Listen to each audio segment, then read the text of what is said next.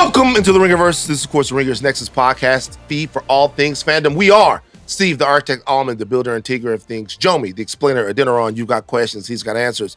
Old man Van, he of the resurgent hairline. Can't even say receding anymore because I got news, guys. What's up? The hair is starting to grow in. It's so crazy. Can we get a check? Is the hat off today? Or no, because it looks kind of crazy. Okay. Just seeing the hair grow, I feel like I'm 13 again. I'm not going to lie. My barber just said, he's just like, you know what?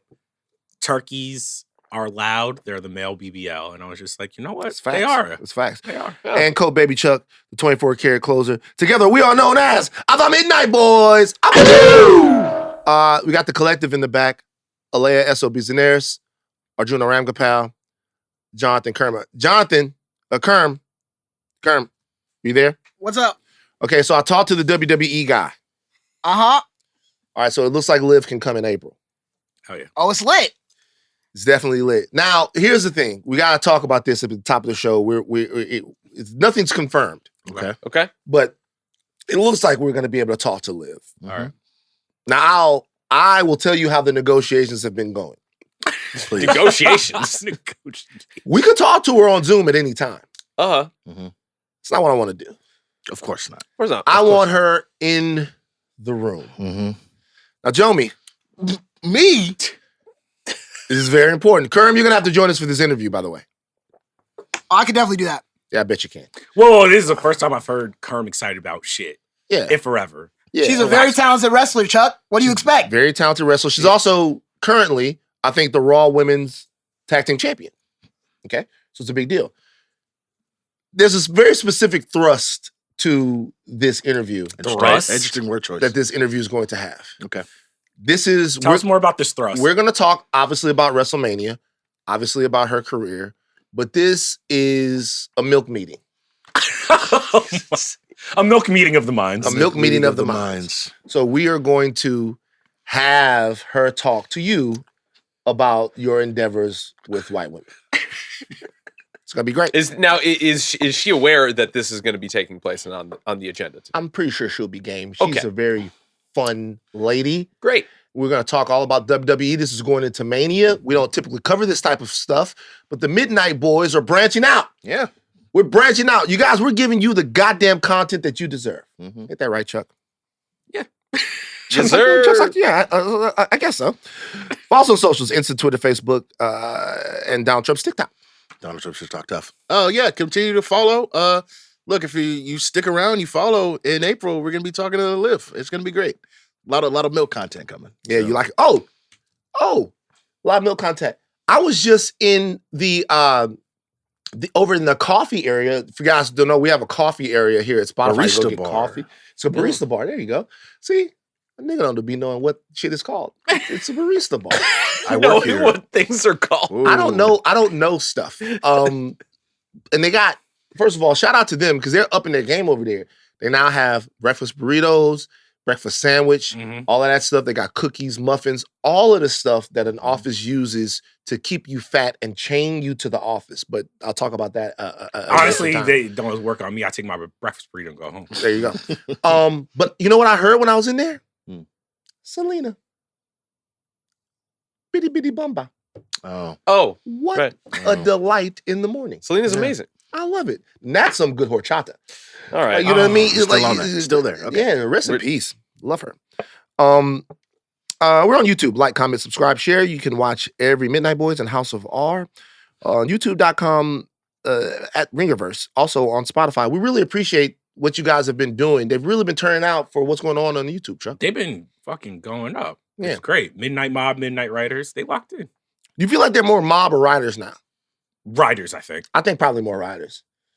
I feel like the riders have almost taken the mob out. Interesting. Yeah. What was the like apex moment? Oh, I don't that know. Kind of set this off, this Civil War. I feel like there's still mob because There's definitely still mob. because when we were like, man, Captain America, it might not be like that. They was Oh, that's where the mob lies. I appreciated that.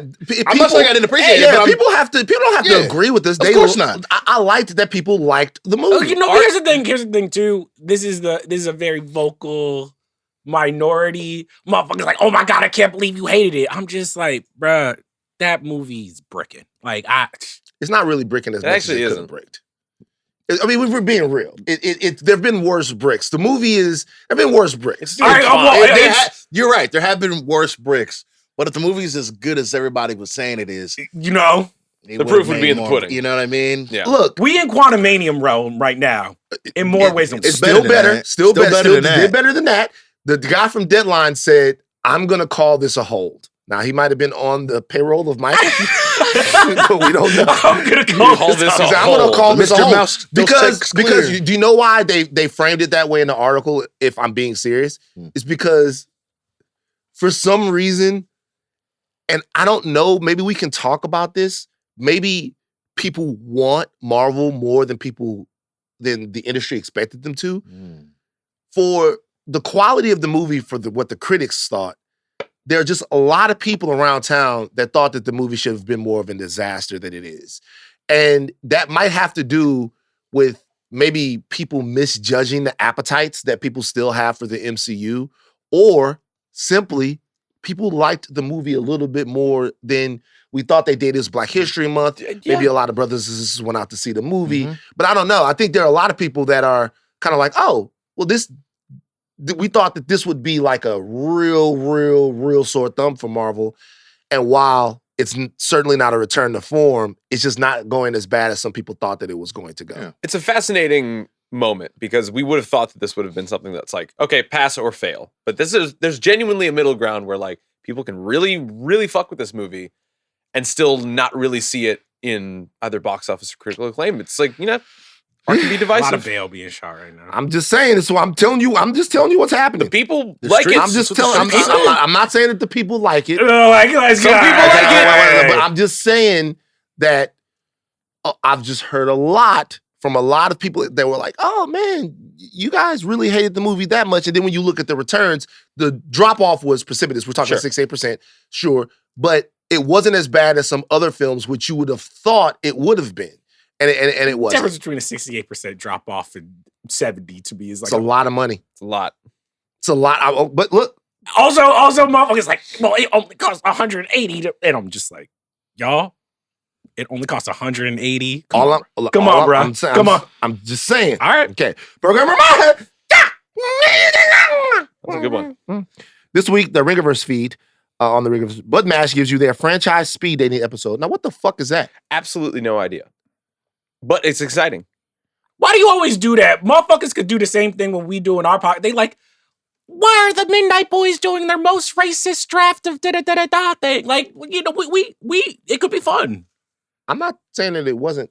All I said, I don't know what it is. You say that for every single one. You're Because like, what the fuck is this? Because y'all know what these things are. Now, if No, it was I- mint edition, then it would be like, what is that? Oh, no. Here's the thing. I'm defending Biden. Like, Can I be- let him cook. There's no defending. Let me tell you something. I'll tell you something. This is helping Button Mash. Because let me tell you why. When I say Button Mash gives you their franchise speed dating episode, there's a bunch of people listening to this that are going, what the fuck is that? I And want to then when know. I want to know. Then when I say that, Steve goes, oh my God, this is when they do this, blah, blah, blah, blah, blah. And then people are into it. Okay. All right. So I didn't know. And so I'm acting as the audience. That's what happens. Okay, I'm going to teach you kids something. A new episode of Ringerverse recommends as well. Now that I know what it is, Yeah, Uh-huh. you do. that's fantastic. That's Yeah. when, Ben be kicking us in our eye. He's like, no old shit. Give us that new nerd shit. I'm like, I'm telling you something. Ben is getting a little high off the hog. Okay. Guys. Ben is becoming like Ben is like really, he pressuring you, like, yeah. sit in that fucking chair and recommend some Like shit. Ben is like a crip. Like Ben is like you rolling up on you like, yo, you got your recommends? hey, what's up with you, homie? What recommends you claim, nigga? What recommends? You got your recommends, my nigga? He does sound just like that. What's good with you? Verbatim. What's good with you, homie? I've heard him say And that I'll was tell word you for what, you word, bar better for bar, you better yeah. recommend some shit like that, or we're gonna press you on the set, baby. 60 Yeah, crip. right. What if Ben got put on 60 crip? Oh, it would be the he greatest can't day be of my bad life. if he's a crib. He got to be Ken. You know what I mean? Ken, He's Ken with the Yeah, C. Ken. Limber, Ben Lindbergh the Loke. He couldn't be B. yeah. At that, yeah. Can't be beat. He could, Limburg so Road. maybe he wouldn't be put on Crip then. Maybe he would be put on like, I don't know, Treetop. Cut and Pyro. mash. Cut and mash. Cut and mash. Listen, cut and mash. Cut and mash. Cut and mash. I'm not throwing anything up right now. Definitely not. Yo, Ben as a Crip is funny. Sorry, bro. Ben, A-Tray, 60. All right, Ben, East Coast Crip. Ben, pick a set. When you come out here, I'm going to have Grape Street and Watts for you. Yo. Ben, I think Ben could get a put on. I'm going to call somebody. right now. I know niggas that'll put Ben on.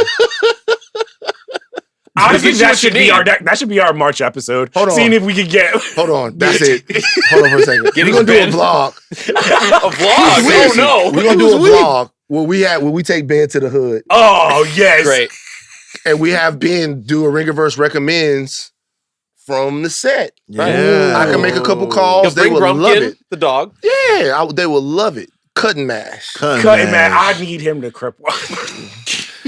On the House of RP, Yellow Jackets and Daredevil, who Ben can't fuck with now because Daredevil all flamed up. He wearing red. Coverage will be in full swing. But on today's show, we're giving you our 12 questions to midnight surrounding Daredevil. Spoiler warning for Daredevil, everything that was covered in the Netflix Daredevil show and everything that Daredevil has ever done, including the trial of the Incredible Hulk, which I don't know if you guys saw. Features Daredevil from the 80s. It's fantastic. Okay, whatever. Fuck you guys. Run it right now. We're getting ready to talk about Daredevil Born Again. You're listening to a reaction podcast. The spoilers are coming. Now, Daredevil Born Again is coming out on Disney Plus. Yes. A lot riding on this moment. Feels like it. Why do you feel like that, Chuck? I think that when they were doing the experiment, obviously, I think they had the heroes that we loved Yeah. in the beginning, whether that was Loki, Bucky, and Falcon. You're talking about specifically on Disney Plus. Disney Plus, WandaVision. Yeah. And then I think that they started to make a gambit that, like, we could do in the movies. We could do in the TV shows what we did in the movies, which is essentially make you fall in love with characters that you might not know that much about. And I think that has been mostly a failure. And I think Daredevil, in my mind, is the biggest character that they've had on Disney Plus that's not named Loki. So I think for them to land this plane and to show that, like, hey, our marquee character who had a successful show on another platform, we can do it again. I think that this is a big moment. And I think the other thing that's big about this, if you think about it, is I think a lot of Daredevil's early success and the Defender success was because it was on Netflix. And I'm wondering if Disney can get those people, those Netflix hive, like I'll watch anything on Netflix, to come over to Disney Plus and kind of continue the adventures of these characters. That's very interesting. Okay. I think that you're right. I think that you're right on all accounts. I do think that the Netflix hive that's specifically for Daredevil is probably waiting for this. It's the casual Netflix fan that I'm not so sure is going to watch this. If you weren't with like Kalika, let's say Kalika was just everything was still the same. She's a hyper locked in Daredevil fan. She's watched this. If you weren't in the picture, do you think that she would make the jump? She would have known that Daredevil is coming back. She would be excited for it, or would it be something like because it's not on Netflix, like wait, Daredevil, wait, like where is? She's the wrong example to use. Okay. She's rewatched the entire series 5 to 6 times, and I'm not bullshitting you. Wow. She calls him Dare Bear. Dare Bear. That's Wow, adorable. Dare Bear is great. Dare Bear is so cute. She That's calls very him great. Dare So Bear. nice. She's like, I'm gonna watch Dare Bear tonight. It's very cool. She'll be laying because I snore, so she has the earmuffs on, like her iPod Maxes, so that she can sleep, and she goes to sleep with Daredevil. Also, this is Wow. insane because Daredevil's so fucking violent, and like especially those first seasons get so fucking dark. It does. It's really You good. know, so this is her comfort. Just like, yeah, I'm watching like Daredevil just crack motherfucking skulls. It's odd, right? But then, like at the same time, I can't watch Goodfellas. It's weird. You can't watch You Goodfellas? can't She doesn't like Goodfellas. It's too Oh, violent. she can't. Okay. But Oh. But Daredevil, Daredevil's is okay. there's I that mean, one when episode Dare of Bear- the first season Dare Bear? of Daredevil where this motherfucker gets stabbed 106 times. Remember that? Oh, end? yeah. When Oh, it's- yeah. that is a very hard episode of television to watch. Good episode. I just can't watch. It's Yeah. but then but another thing about that show, him getting all fucked up then creates the need for him to go to Gladiator and get the suit where people Yeah. can't stab Mhm. him up. Yeah. Good writing. I'm more so, I think my biggest what if here is like, is Disney really going to try to recreate that level of like violent darkness that Netflix had? Like, is Hell that no. an interesting branding exercise, knowing that they're just the shiny poppy? I don't I think mean, they're MCU going to of try, old. though. I don't know if you've seen the trailers, but he's Yeah, like there- jumping on it people's seems- knees. These are the questions we're about to ask. 'Cause that's actually one that I have, Steve, Mhm. and answer in 12 questions to midnight. Chuck takes away. All right, so 4 of us, 3 questions each. I'll lead us off before we get into basically like the meat of the show. Oh, Right? Oh, daddy. Something we were talking about in the Ringerverse chat. Does Disney marketing kind of need to abandon the early review? Because Variety, they came out with an article where it said, quote, Daredevil Born Again draws glowing first reactions with some praising the opener as, quote, best pilot of any MCU series thus far. Mhm. In my past life, I worked on articles like that. I get you need the like splashy headline and all of this. The reason I'm leading with that first question is when you look at the people, nothing against the people who got early access to review some of this stuff. Generally speaking, it's not like reviewers from like the New York Times or Rolling Stone or this or that or whatever, Vulture, whatever it is. It's very online, fan-focused contributors, reviewers, whatever. And I want to ask you guys, sometimes does that do a disservice to a lot of this stuff? Because we get the high of basically like people being like, this is the best MCU, DC, Star Wars shit that's ever happened. Then we get the real reviews that come out that being like, this is the apocalypse, this is the worst thing ever. And then somewhere in the middle, you kind of get the real reaction where people are just like, that was fine. And sometimes I do feel like this, we were talking about it last episode. Like, does that do a disservice to the show where it's like, even before anybody can make their decisions, we're dealing with 2-3 different fucking opinions on this shit? Fellas? I mean, you take the free ads. You know what I mean? I don't see why Disney would not do that. I think there is a level, I don't want to say payola because that's crazy. It is a level of, But there's some glazing. There's always gonna be some glazing. but You know? does it even work anymore? I understand what in the beginning of this, when the MCU was popping and Twitter was actually Twitter and social media, where this stuff, I was like, this is a smart marketing move. This can work. I remember when this stuff was born. Yeah. And in 2025 now, I'm just like, a lot of times I just feel like it's static and it almost adds, it's crazy for me to say that, like adds to the negativity, because it's like, there's the backlash to the positivity, then there's a backlash to the negativity, and then there's just backlash, and we don't end up talking about the show. Yeah, I mean, We end up- that's just the cycle of how these things work now. You know, something comes out, we go, wow, this is really cool, or this was really bad. You wait 6 months, and people say, actually, this wasn't this bad, this wasn't this good, and we just do that over and over again in perpetuity until we're all dead in the ground, right? I think for these MCU stuff in particular, we talked about it. We just talked about Cap 4 for a minute. When the movie first dropped and people were seeing like the first reviews, it was all good. Everybody was like, "Oh man, this is really cool." Back to Had a form, good yeah. time. People went into the theater, right? Made their own decisions, and then we saw what happened the second week. Cap 4 tested really bad. No, but but I'm the saying- glowing reviews that were coming out, the first people who were seeing it, Remember, Oh, we were okay. in the group text like, we see the movie, right? Tuesday? yeah, We'd seen some text. We were like, yo, what are people the talking gas about? was crazy. The gas was crazy. That's what Really? this is. People get hyped. People get excited.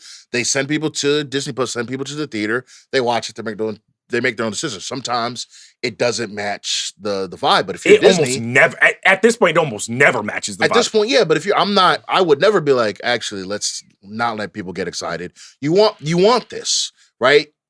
I can see where you're coming from. Is like, yeah, people want this stuff to be good. They're gonna go watch it. They're gonna go see it. They're gonna get excited. They're gonna rally people around. I don't know why that's a problem for Disney. Is my thing. I couldn't think of when the early review or the hype around that like kind of matters less, because this is a show that literally everybody has kind of been clamoring for since Disney got the rights back from Netflix, or I should say from Netflix, not back. But I think that anything that critically is going to come from this, as far as people like on our side is concerned, it's all about what the fans want. And this is a fan favorite that actually means something to kind of the legacy of how the MCU is going to go forward, as far as like mustering goodwill about emulating a thing that was beloved before Disney came along, and now they can try to recreate it and give you the exact same flavor. It seems like that's what they're going to be trying to do. Obviously, it's untested yet, but I don't think that that's going to really sway any fans, because but I honestly don't think the original Daredevil was just a fan favorite. That's actually what worries me. When the original Daredevil came out, and like even Luke Cage and Jessica Jones, it was received by just regular TV critics and regular people as like, they were reviewing this like, oh, this is a good TV show. Yeah. And I think what has happened with Disney Plus and the MCU is like, with each show that they release, it's become more and more for the Marvel diehards. And I think Daredevil is a good test case scenario. And like, no, originally in its original incarnation, this was kind of a show for everyone. This was a quadrant for like everybody's watching it. Well, it wasn't a 4 quadrant because it's incredibly violent. Well, not, but you gotta get what I yeah. mean in terms of just like people who don't give a fuck about comic book shows were like, I'm locked in. This is something different. This is something I really want to love. It wasn't just for the super MCU diehard fan. That's true. I will say this. So the first thing is, you're never going to stop a studio from having people say positive things about their product. Sure. Okay. So that's just a part of it, right? If they can find somebody to say something positive about the product, they're going to find that person. They're going to highlight the person saying something positive about a product. It's like a draft pick. It's like a food. It's like anything like that. All right. Secondly, the original Daredevil on Netflix was part of the MCU. Yes. Right? So there was Netflix and Marvel Television taking advantage of the overall popularity of the MCU. Now, it was loosely part of the MCU. The incident. The incident. Yeah. But they certainly were taking advantage of the MCU's cultural popularity in making these shows and marketing these shows. Netflix has something going on that no other streamer has. Netflix is the one streamer that informs you on what to watch better than anybody else. Yeah. Like you're watching Netflix, all of a sudden something starts, and then you watch it. Netflix has the shows have a specific virility that really a lot of the other streamers haven't really been able to crack. Now, I will say this: as much as we've talked about Apple Plus, Severance is breaking Apple through a little bit, even more so to me than Ted Lasso. There's a cultural conversation happening around Severance that really hasn't happened around very many Apple Plus shows. And I think you're slowly starting to see maybe some of the other streamers get close to what Netflix is able to reproduce in terms of having the conversation around the show, like extend off of their platform. Yeah. Daredevil definitely had that. But it wasn't not because of the MCU. No, it was in tandem. They were both working, and I'm wondering if it's felt like a long time for me, and this isn't just like Marvel, it's felt like a long time for me where like anything in our space has seemed large enough where everyone's talking about it. Like I remember when Daredevil was like first popping, and we're probably never gonna get that feeling again, where it was like, no, everyone was talking about it. It was like, yo, did you see the fucking hallway? But also, fight? that was the thing. Like Netflix was the big streamer only around. But Netflix, there's still Netflix TV shows and movies where it's just like, hey, yo, did you watch this? And I'm interested early, to see if that happens. Exactly. And it was kind of being that early and that on the beating pulse of what cultural TV moments could be in a streaming economy then, because you had the height of the height of Marvel popularity along with Netflix kind of making the name for itself as a streaming giant, and making a great, compelling story on TV. Like, it was a perfect storm to just, like, elevate that show into something that when we bring it forward in 2025 under a new banner, it does have a lot to live up to. And it is possible. Disney Plus has done it before. We had Mandalorian. We had WandaVision. Yeah. There are moments where it felt like those TV shows did pop off, but I think it's notable that those are the first two entries in Star Wars. Which brings me to my first question, which is less about the show and more about Daredevil himself. Mhm. Daredevil is, to me, like the Big Sean of superheroes. Please explain. Okay. Tell you what I Oh, mean. boy. Know where you're going. He is dope. Legitimately dope. People love him. Mhm. However, has had problems cracking the elite lineup of the superhero, right?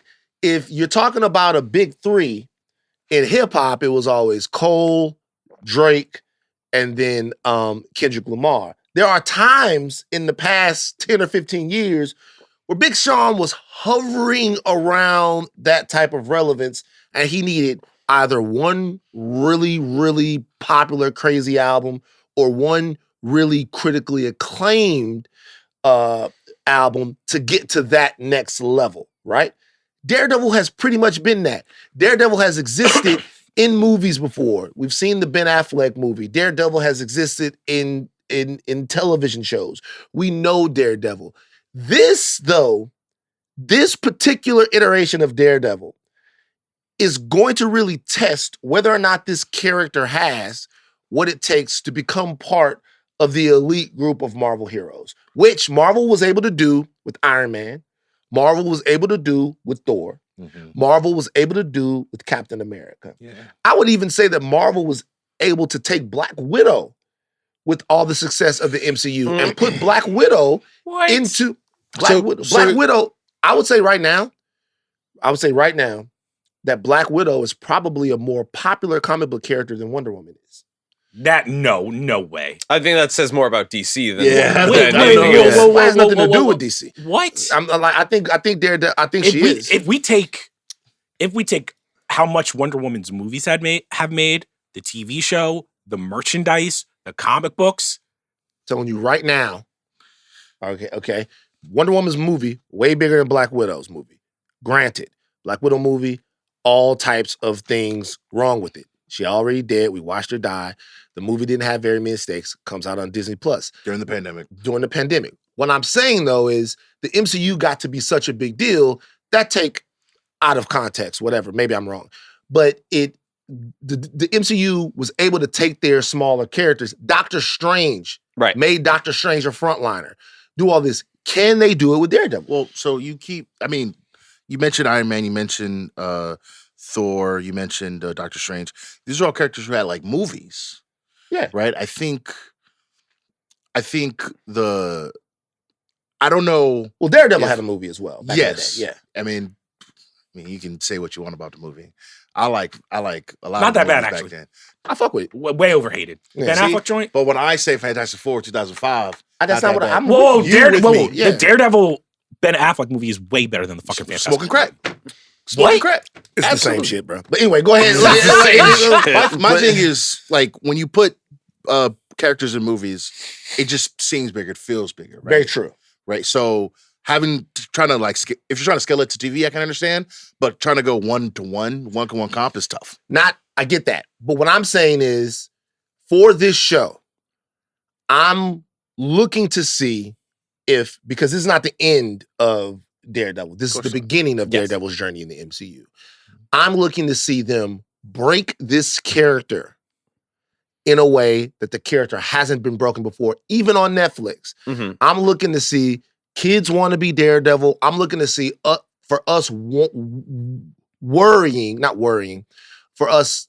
wondering, should I say, what's going to happen with Daredevil in a movie? When is Daredevil going to show up in Secret Wars? When is Daredevil going to, there's another question in there too about another issue that Marvel has, but I'm looking to see them make Daredevil a bigger thing. Your point about the movies is well taken. That's a very good point. Can I ask this? Because I do think that something interesting happened around the time of like Tim Burton taking over Batman, where it was like Batman as a character has always been popular and is now the most popular comic book character.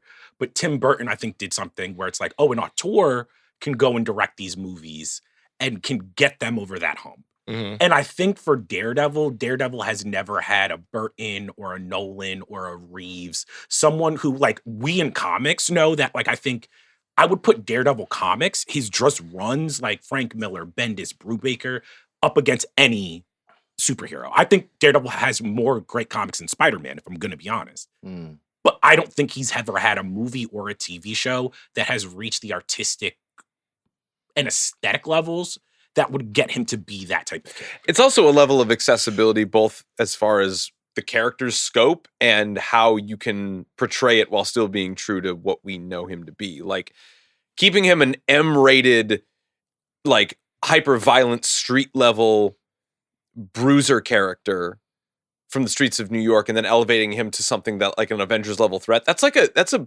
pretty big level of dissonance between, like, him fighting aliens for the greater cause of Earth and then beating up, like, Yeah. wanton criminals that are trying to run for mayor and, like, turning New York into, like, a hotbed for drugs. Once again, I'm not necessarily. I get that. First of all, I don't believe that it can't happen. No, I'm not saying that it Right. can't. Yeah. That's the first thing. Secondly, I guess what I'm saying is if we're believing that this character now is going to be the linchpin of Marvel television, which it seems likely that he is, right? We don't know if we're getting another season of Moon Knight on TV. Well, they said they weren't. They said they weren't doing But they did say that he is a part of Yeah, he'll come back. something else. it. Right. Don't know what the future of Marvel television is. The future of Marvel television going forward could literally just be Daredevil and a couple of other shows that orient around Daredevil. We're getting a Punisher special presentation Punisher as well. spell, all of that. It could be that thing. So what I'm saying is this show has to, in my opinion, kick that forward just a little bit Mhm. as Yeah. far as Daredevil. And remember, this is Disney Plus content as well. Yeah. Marvel's been able to do it in the past. Yeah. They haven't done it as well lately. I understand everything that you guys have said. I take all of those points, and all those are great points. I'm just saying that I want to see the character frontlined and get to the next step in its evolution a little bit. That's a question I would have. I think it's entirely possible. I think reintroducing this character, we should walk before we should run, and that's what I'm saying to the MCU, not to anybody here. No, I mean, well, speaking of which, my first question, if we're talking about, will this show challenge the audience? Will this show challenge Daredevil? Will it challenge Matthew Murdock? Part of the thing I liked about the original series was that he was always up against it. Obviously, talking about Kingpin, but one of the, I want to say, like, most important, or one of the scenes that really flashed when it came out was the scene with him and Punisher on the rooftop. Right? You take that from the comics and you put it on the show, and it's like he has to decide, like, who he wants to be, what kind of hero that he wants to be. Does he want to be a hero who's constantly putting the same people in jail, or does he want to be the hero who gets the job done? Right? And will the show in its new iteration continue to challenge man and have him face the demons that he's been fighting for all these years? Will he have to make decisions that he doesn't want to make? It's obviously not gonna be easy, but will the show make it so hard on Matt that that's because, again, that's stuff I enjoyed, when we're watching and we're like, yo, how's Matt gonna get out of this one, man? Uh-huh. Like, will the show do that? I'm interested to see if that So the happens. thing that, like, to your question, that I wanted in the original Netflix incarnation, and now that I've seen it in the trailers, I'm getting a little worried, is that I think there's always been that thing about Daredevil, is like, when is he going to be able to use his batons and swing from rooftops and, like, do all the acrobatic shit? And now, having seen some of that in the trailers, I'll wait to give, like, my opinion until we see the whole thing. I was like, oh, the thing that actually Netflix did amazing, to your point, is, like, when Matt got fucked up, he was a human. When he would have to go to night nurse, and you're just like, after every fight, there was a feeling of, like, is this man gonna be able to Like, walk again? he's got to take, like, a 2 or 3 episode break before he really goes out there again. And then there is, like, I think there's this balance of with it being on Disney Plus, with it being more closely aligned with the MCU, can you still give us the brutality and the human element of, like, this is just a blind man with special abilities in a suit fighting for Hell's Kitchen. We're keeping it grounded. When now he's doing 2-3 backflips, swinging off rooftops like Spider-Man. And I'm just like, I think it is an interesting test case of, like, how superhero do you want to push him? And can he still be a on the ground level vigilante? See, that goes into another question that I have, and it's a larger question, but I'll just answer about what you're talking about. That's got to work. If that doesn't work, the show doesn't work. Mm-hmm. There's not another character, not even Batman. We talked about this before. Whenever Batman talk about my ribs hurting, I'm like, shut up. Okay? Come on, You should have had prep time for your ribs. Pattinson's back almost broke in the Batman. It's Like fine. when he was like, bop, bop. Is whenever Batman's... I watched John Wick a couple of nights ago.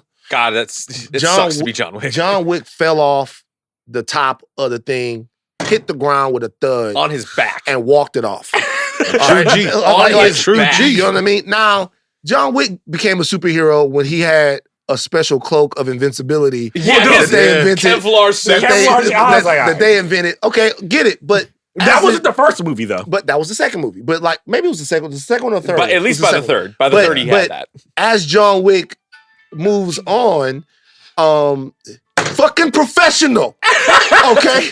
All right, whatever anime fucking coquito shit is going on over there. Whenever I John sat on my tile. Whoa. Whenever we get that you have to suspend disbelief for a little bit. I actually enjoyed watching him flip around a little bit in She-Hulk. Yeah. Because I'm kind of like still, and this is a big difference between me and Charles. I'm still like a very basic comic book TV like watcher. Flashing lights, man. Throw me the... Man, I'd be watching Sauce. Wolverine fight. I'd be like, nigga, do a cartwheel. Wolverine do a flip. I'm like, flip over him, Wolverine. Like, I know how you fight. I've been reading you since 1989. Flip over this guy, cut his head off. Why are you fighting him like you Brock Lesnar? Like, flip, Wolverine.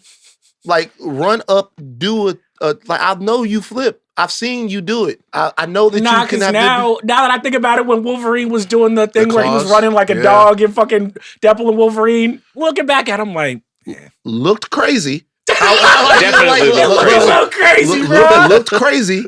I appreciated the effort. He looked like a little kid. He climbing Gave it a the shot. stairs. Like, gave it a shot. Looked crazy. I appreciated the effort. So when I saw Daredevil, because the first season of Daredevil, I remember talking to Kaliko when we were watching it. I was like, just to let you know, he be getting fucked over, but not like this. Like he could flip. like he could jump. He's off. strong. I Like, promise. I've seen him take the baton and throw it, and he really be swinging like Spider-Man. Yeah. You know what I mean? But and by the time they got to that, just to be honest with you, it didn't look right. Nah. It, like by the time they in the And Netflix show, by the time they got to that, it didn't. To their look credit, right. I think they knew that it was Right. going to look weird, and Yeah. they like But moved here's the away thing, I from was it. like you when I originally watched the first show. I was just like, hey, not my Daredevil. Daredevil ain't really going out like a bitch like that. Yeah, But now I appreciate it more because it does give you this feeling, Yeah. especially in the first season, where Certainly. like when he earns the suit, you like, my man earned this it fucking feels shit. it feels it feels like it really matters. It feels like he became the character. You watch him like a season-long origin story of him getting to the point to where he actually, the last episode, the finale, is named Daredevil. Yeah. And it's like this entire time he was the demon of Hell's Kitchen or the devil of Hell's Kitchen, and he became Daredevil. And if I'm going to be honest, I think that's actually a problem that the MCU has had, where it's like with like Spider-Man, it's like when we're introduced to Spider-Man, he already got the Iron Man shit. And like, I think those movies are the progression of showing the opposite.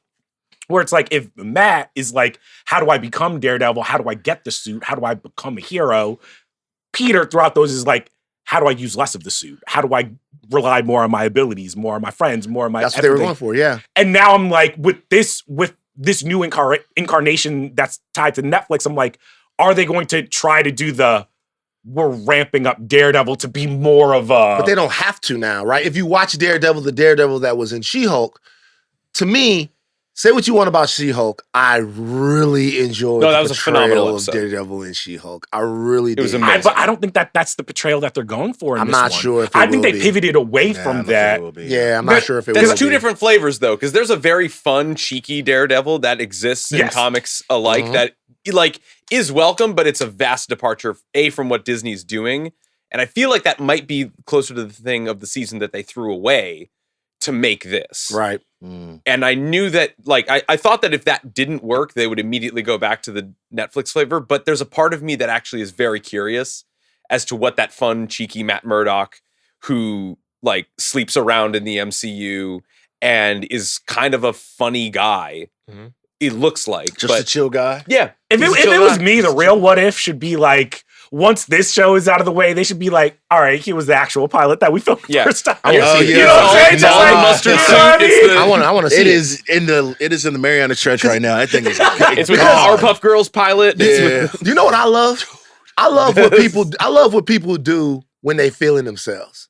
Because the original Daredevil that they had, they was feeling themselves. Yo, They was like, and it was kind of great. We're gonna do. I mean, we don't know. Like we're gonna do a courtroom drama that's a lot about Matt Murdock and all of that It's stuff. 20 episodes. It's 20, and we was like, oh, okay.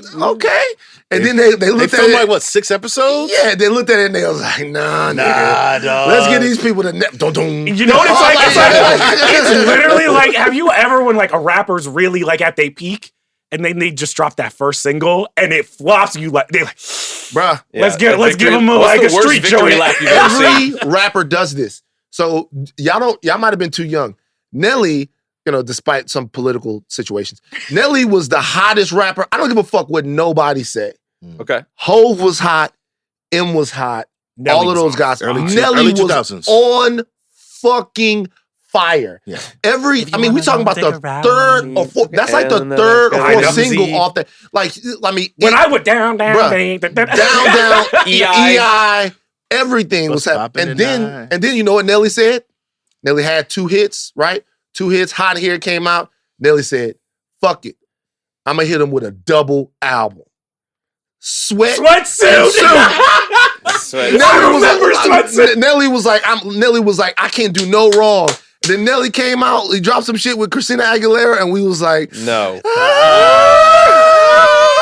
we was kind of dropping down and getting our eagle on. I mean, I wasn't, but we were kind of. But then it was like, and so that idea of Daredevil Born Again, that's a sweatsuit situation. To where, and then They literally were trying to give us the double album. they was trying to give us the double album, and then they saw it and they was like, nah, man, we got Christina Aguilera on this bitch.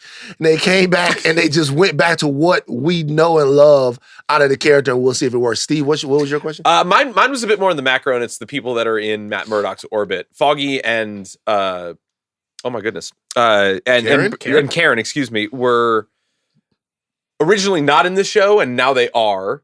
And obviously, I'd like to think that a lot of those characters are going to be brought to the forefront, and the things that are in his orbit actually make him a great hero. It's kind of what we very much liked about this new Spider-Man show that everybody should check out. But it's kind of going to be the beating heart of the show for me to know that his friends and the people that are close to him are still the things that are important to Matt Murdock. And I'm curious as to how that can be reinvented, knowing that we have 3 whole arcs of this in Netflix. And it kind of ties into what my main question being, if Night Nurse will return, and is Rosario Dawson going to be just as annoyed with everything that's going on? Or is this going to be something completely different? I don't think Rosario coming back. You don't think Rosario's coming back? They're not about to let Ahsoka get fucked like that. No? Yeah. Like Ahsoka, like Night Nurse was giving up the ass. It was, yeah. Yeah. Those were the times. I love I it. will say, Those were the times? yo, What? Luke Cage. No, here's the thing. Luke Cage What? was She Ahsoka fucking now. hitting everything in sight, bro. Night Nurse, Luke Cage hit and Daredevil hit. No, too. yeah, I get that. She's a liberated, sexually liberated. that's woman. not- that wasn't the question, though. What happened? You singled Ahsoka, and I thought you meant like, y'all, they're not gonna put her there for like 5 minutes, man. They're not gonna do Rosario Dawson as Ahsoka dirty. Okay. You literally Oh, you meant, thought putting Ahsoka in Daredevil? Yeah, no. I meant like they're not gonna just put Claire out there just to, just be having sex. Ahsoka Right. can't get her guts rearranged. On Yeah, Disney they're not. Plus. It's But she's he Ahsoka literally now. meant, Yeah. Yeah. Yeah. What's wrong with that? This is I'm not saying there's something wrong with that. I thought he was being, I thought he was being figurative. He was being literal. she Yes. taking that Yeah. purple lightsaber. Yeah, so it's Ahsoka now. You can't have, you know what I mean? It's more so that a night nurse existed in that Netflix show more or less to be like, hey, Matt, I'm sick of your shit. You got to stop this. I thought the character was really well done. No, it was really good. I liked Rosario. Yeah. But like, I'm curious as to know where somebody like that is falling into a show like this, if we can assume that she's back, because A, that would be awesome, and B, I'm really curious to know that if he has now become Daredevil, the hero that everybody knows him to be, what's to stop him from kind of going down a path of self-destruction? Because that Well, he always kind of does. He always does, but like he's always held back by the friends and people around him from fully going off the edge. If I'm being honest, I want it more comic book accurate. I need Daredevil, clapping the cheeks of Black Widow, Elektra, Night Nurse, just like every single episode, just a new dream. You know what I noticed? There isn't a black comic character, in my opinion, that gets the same type of motion with the ladies to me. Wait, Luke Cage? Kinda. Wait, Luke Cage, because in Netflix he got with Night Nurse. Jessica Jones. Jessica Jones. Misty Knight. He got to wear her in the Yeah, Netflix Misty show? Knight. They were I a don't thing. remember. Well, Okay, so I get it. I'm talking about that. Okay, point taken. I'm talking about comic wise. I don't know that there's a black comic character that has the roster This of is a true. Daredevil Probably or Storm. Spider-Man. Well, Black Panther. Okay, who has Black Panther had? Storm. Had, excuse me. We don't mean to. That was a little tough Saji. one, man. That was a Tough one, man. That was a little Saji. Saji. That was Okay? Saji. That's a Saji point. I apologize. There's a little Saji. Who has Black Panther dated? all of It's Black Storm? Panther romances. It's Nakia, Storm. Storm. Okay. The white woman in the comics. Yeah. Okay. The white. You just say the white woman. Who has Black That Panther roster been is with? kind of not. Malika. Good. Hold That on. roster is- Monica Lynn. Pages. Nah, yeah, Right, you're we're kind not of right. But we not. Yeah, it's not really. We're not. It's not work. It's And not on honestly, there if like you're being that. honest, they don't give Miles Morales the type of play that they be giving Peter Parker. Excuse me. Miles Morales is a cuck. Like my Oh like my like. God. All right. Whoa. Cuck is a little. Whoa. Y'all. That is a child, man. Okay. All right, man. Take it, bro. All right. I'm so fucking with this- sick of with this. this Bro, bullshit, I'm bro. so No, fucking nigga. sick Stop, of this, bro. Jomi. Wait, can we Stop, talk Jomi. about it or not? Unwokening is happening.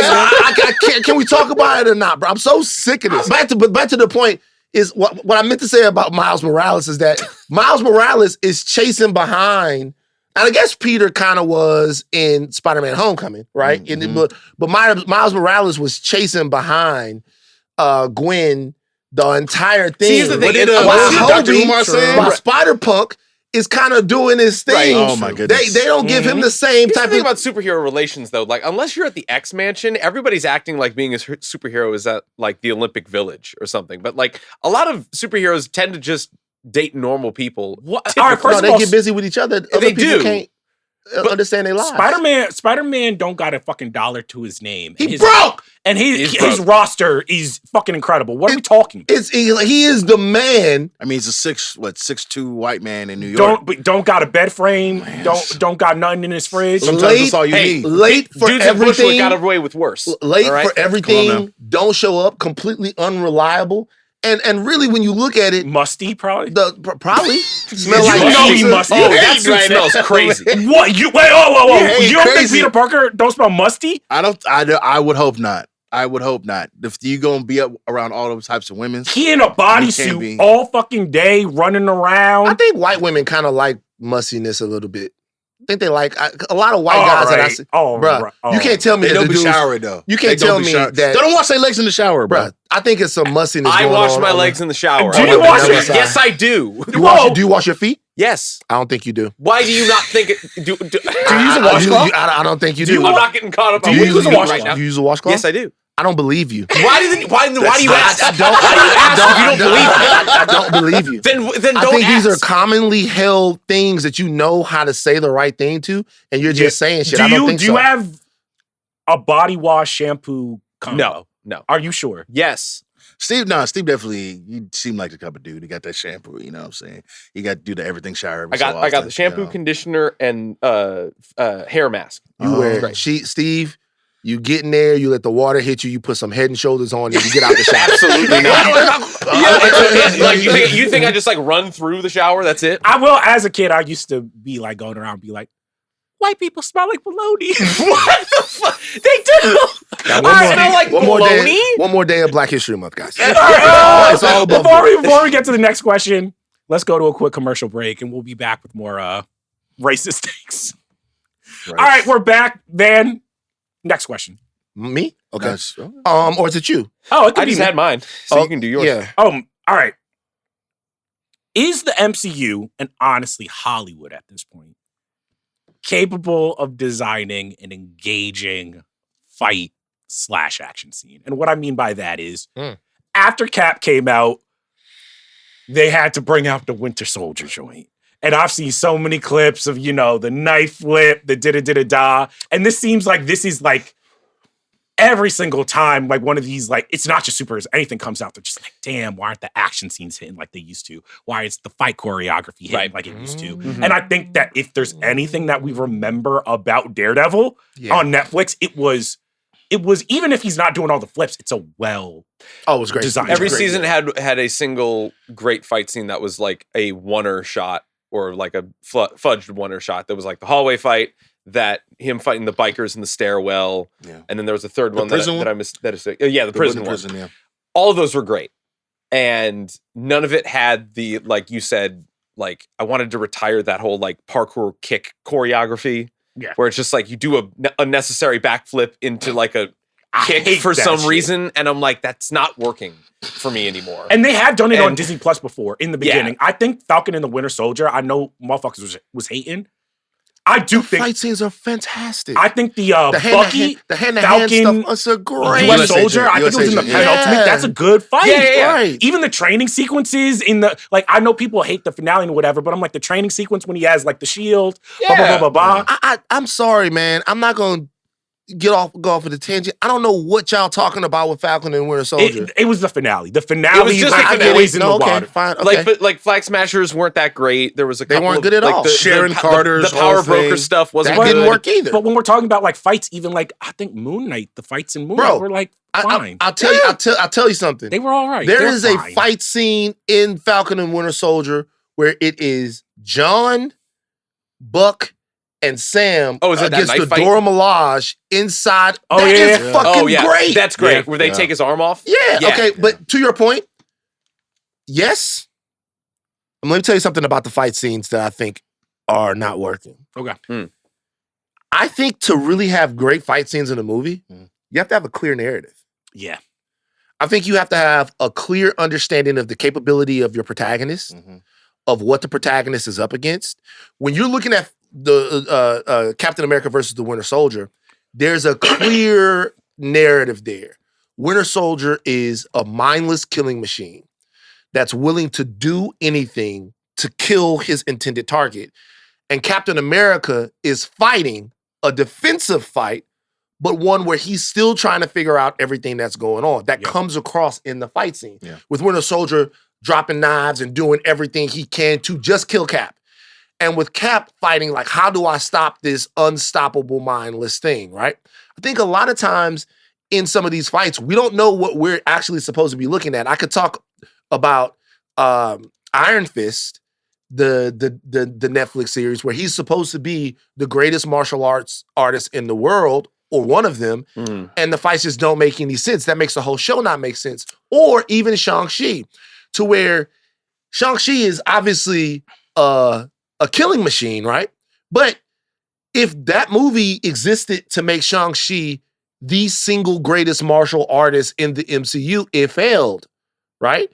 And by the way, those fight scenes are great. I think But- once you leave, once they go to I forget wherever they go to, it kind of falls off. But like we were talking about this the other day, I think the scene on the bus, the scene That's great. in the Yeah, no, like, but on here's the thing. Those scenes are great, but I think something that has been lost too, because when I watch a lot of martial arts movies, is I think the thing that we come to superheroes for, wrestling for, manga, anime for is just like, yo, how does my protagonist fight? How does the way they fight? Like when Spider-Man's doing flips, backflips in the original Daredevil Netflix show, you're like, oh, he was raised by a boxer. He knows how to do like martial arts, but a lot of his fighting style is like, I'm gonna take a lot of licks, but I'm never gonna go down. Just like his dad. You know, yeah. And it's Yeah. like, where is sometimes with these fights, I'm like, they don't feel like these characters have a style. This could be any CGI fucking. If we person. know who the characters are, Yeah.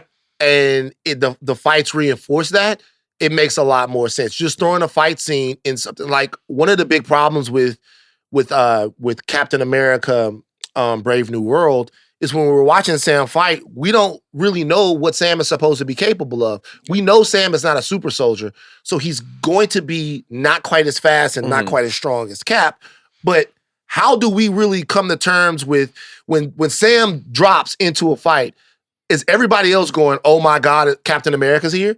Yeah. Like, are they like, oh shit? Because when fucking Steve Rogers arrived on that boat, they went through letting us know no one fucks with this guy hand to hand. I mean, when he fucking was running past Black Panther, that was them saying like, this is the man. When he's on his field, that's the fastest.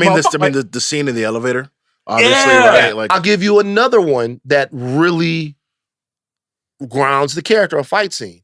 When T'Challa loses the powers of the Black Panther, and then he has to fight Killmonger in ritual combat, and he loses.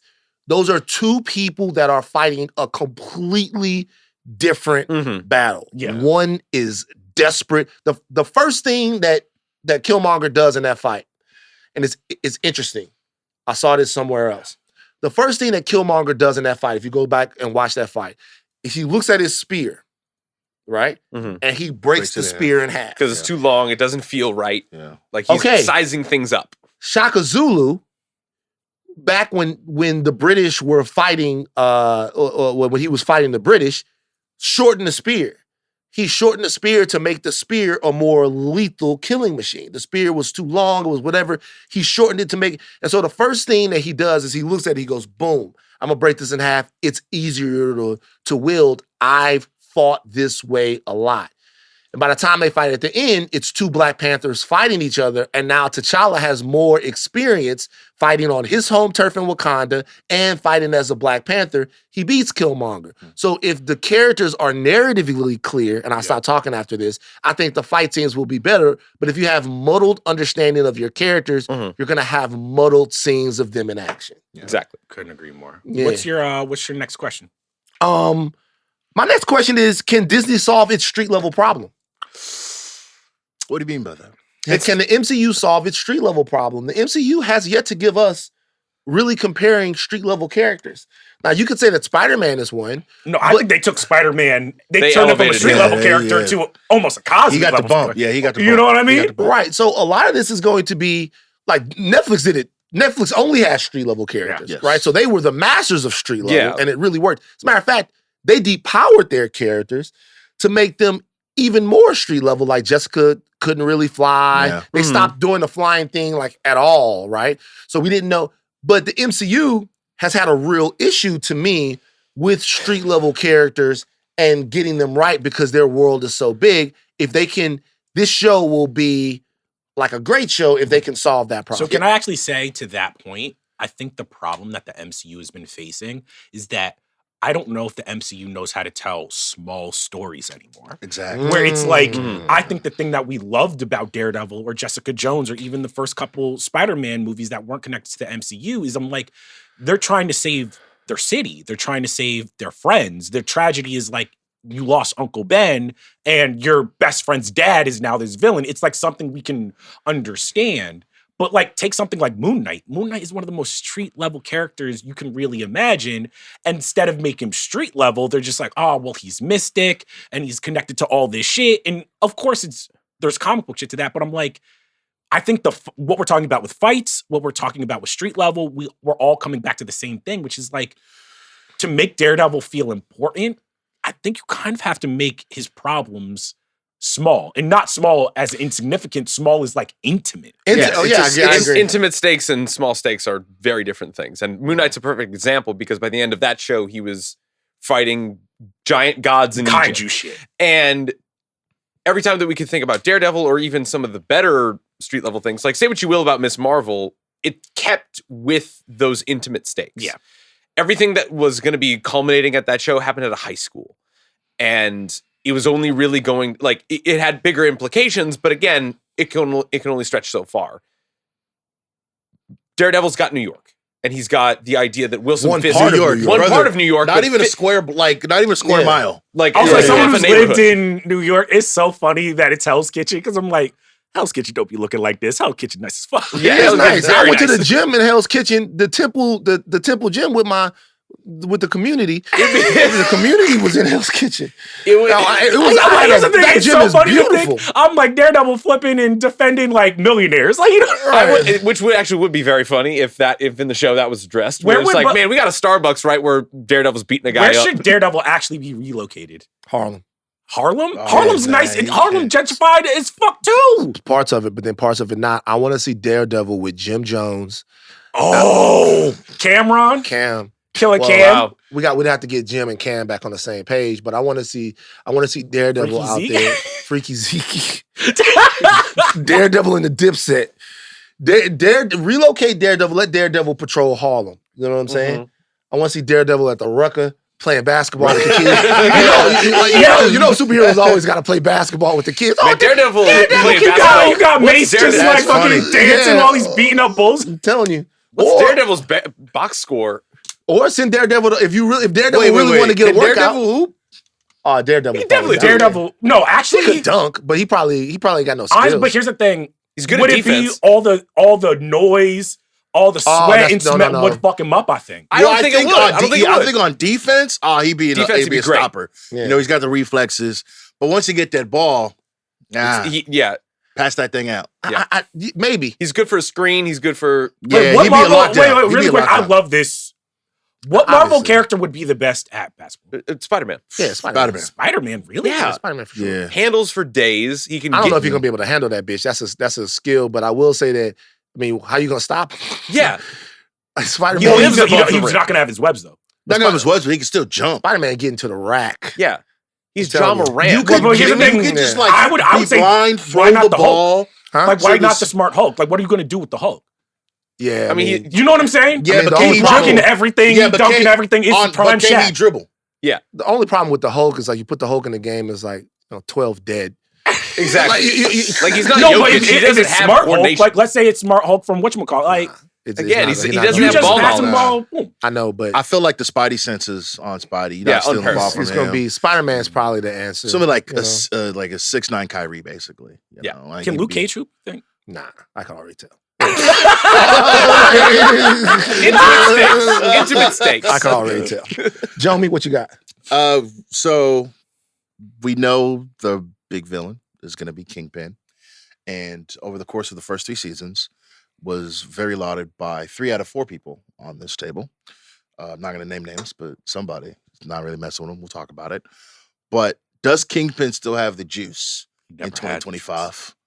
Could I don't understand this. We gotta talk This about is this. so nuts. This is why I put this in here Like because I guess like sight the unseen from this show. I'm pretty sure that Kingpin still got the juice. I will maybe, but I mean it's a little different. I mean Echo, Hawkeye, but I would say that those shows are not the same. It's not the same vibe. It's not the same energy, right? But watching the show, the first 3 seasons, we were like legitimately like, yo, I mean, super violent. I mean, killing a dude by closing the car door, Mhm. just like a complete and utter menace. Legitimately would put the fear when he was on His screen. origin episode in I think season 1, where like he murders his dad and he's looking at that white painting, and then it's echoed in That's my at the end of the favorite episode of that wall. season. Are you? Oh my Hold god, on, that's we'll an get to incredible you. episode. We'll get to you. We'll Yeah. get to you. I think, yeah, it's something that I elevated the show to another level of having a villain that you were terrified of, you were scared of, but also I would say like understood, but you're like, I can see how you could turn out this way. Mm. I can understand why. Certainly this would understood happen, him. right? Yeah. And so it's been 10 years since the show premiered. Can they still give us that level of fear and intensity in that character specifically? I'd be interested to see it. I think the three of us, Van, Steve, and I, think it's possible. You, however, Big Chuck, yeah, you're not really messing with it. Vincent D'Onofrio is a legend, but I've even back to the first season, I've never liked his character. That's so insane. It's a very hammy performance. I've been on record saying it's just a very hammy performance, and either you lock in, and that's the type of shit that like you fuck with. It's just like is there like did you like Michael Clark Duncan and Ben Affleck's Daredevil more? No, like, is there a thing? really. Is there a flavor that you need? No, from it's like, here's the Kingpin? thing. I think that, like, I understand why people like his Daredevil. I think he could do a great... I understand why people like his Kingpin. I just wish he would, like, take the fucking hamminess down by, like, 15, 20%. But he's a giant... Like, in the comics, he's, like, what, 10 feet tall? It's and not like, even the this giant wide? shit. It's just, like, he's always, like, being like... You embarrassed me in front of Vanessa. Matt, You heard Vanessa. sit down, Murdoch. Let's have a talk. And I'm like, nigga, why are you talking like this, bro? Just I like it. It just it's a very soap opera-y portrayal. If you don't like the way, okay, because I think everybody else on the show, not everybody else, is a little bit more grounded, except honestly Punisher. Those are the two characters. Where I don't think Matt's very grounded either. I think it makes sense for the world, right? Sure. It's like Elektra comes into he senses her and he goes, Elektra. Yeah. You know what I mean? I think there is a part. I actually can see what you're saying insofar as if you don't like the played up drama of it, maybe it gets to you. I think the character is breathtaking. And I think the desperation of the character comes across in almost every single word that he says. It seems like he's calculating, and it feels like everything is being pulled out of him.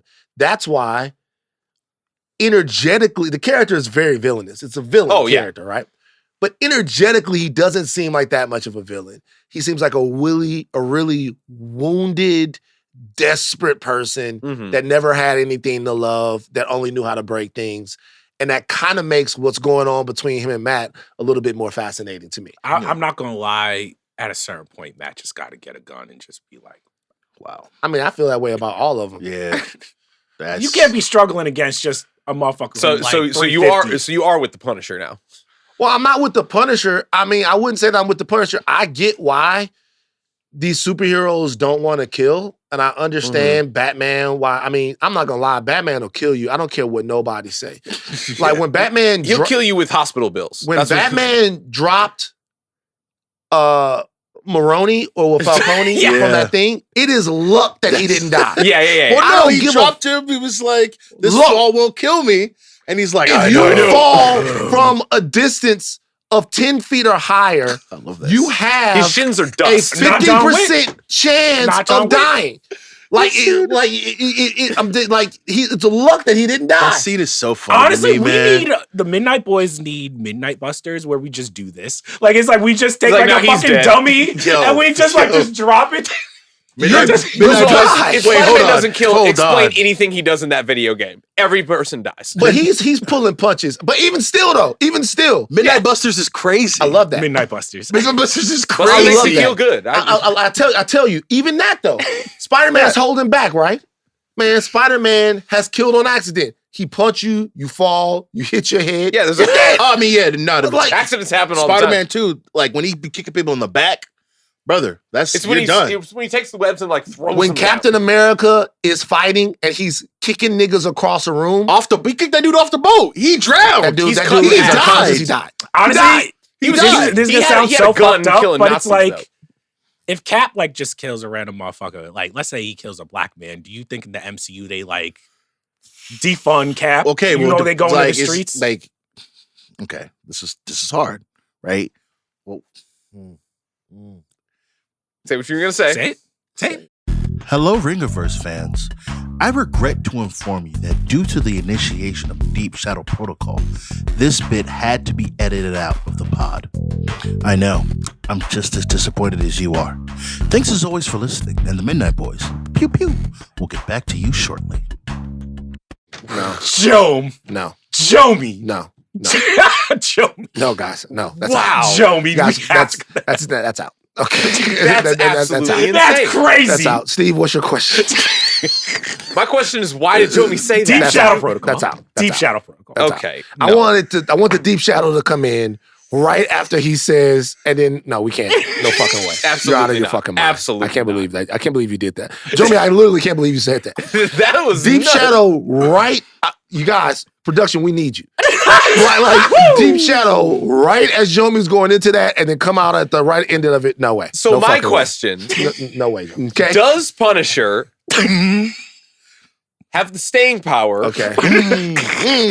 that we think that he has? Because frankly, to me, that was a bigger stumble in later season 2 and a bit of season 3. Like, obviously, he had a great solo show that actually is rather underrated to me. But I feel like bringing back Foggy, bringing back Karen, those are great things that we need to add for Matt's backstory or for Matt's background. I feel like the addition of the Punisher, John Bernthal's obviously great, but I'm really curious as to his, like, where he factors into this story, because it feels a little ham-fisted to me, at least with a sight unseen, and I'm kind of worried about where he's going to fall in as far as, like, elevating the story. Well, I would. I know y'all don't know ball. I would. I'm not saying that he can't be great, but I think that, like, if anybody is that I'm worried about, I'm like, what's he actually doing? So the first part of season 2, the arc with Daredevil and Punisher, some of the show I think is excellent, but some of the best work the show's ever done. The problem with the back half of season 2, I feel like, is the Elektra nacho stuff. Like that stuff is Right. OD. The hand, all that stuff is just convoluted. I was kind of okay with that. Nah, No, because that shit's that was whack. I mean, That was whack. you're going to get him fighting ninjas at some point. I know. And I know, you but kind of it got to wasn't be done okay well, with though. that. wasn't done now. The show kind of drifted into this mysticism that it could never quite explain. Sure. And so that whole thing became, it kind of It was a lot. wasn't what the show was Yeah. a little bit. Yeah. I So agree the with Punisher coming back, I feel like I'm ready for that. Because Right. that worked. Mhm. That's the stuff in the show that we know works. And so when I saw him in the trailer, I'm like, let's go. Bring Frank back, man. Matter of fact, I liked in it. my I long loved- in I my loved ever it. growing list of nerd shit I didn't finish. I don't even think I made it through to episode 2 of The Punisher. It was really good. That It was a pretty I good don't- show. They John- got pretty cousin good. was in it. Yeah. I think Cousin once was in it. again, it's like I kind of agree with you. I think I see Bernthal as Punisher. I get why people like him. He also is hamming it up. I do like the courtroom scene. Like, Well, that's just memes. The That's courtroom all. scene was. I like when these guys kind of reflect who I know them to be in the comics. And every time they have a Punisher like winking at the camera or being like Thomas Jane's Punisher is a movie that I think is kind of like, it's a fun little fantasy Punisher movie, right? John Travolta, all of that stuff.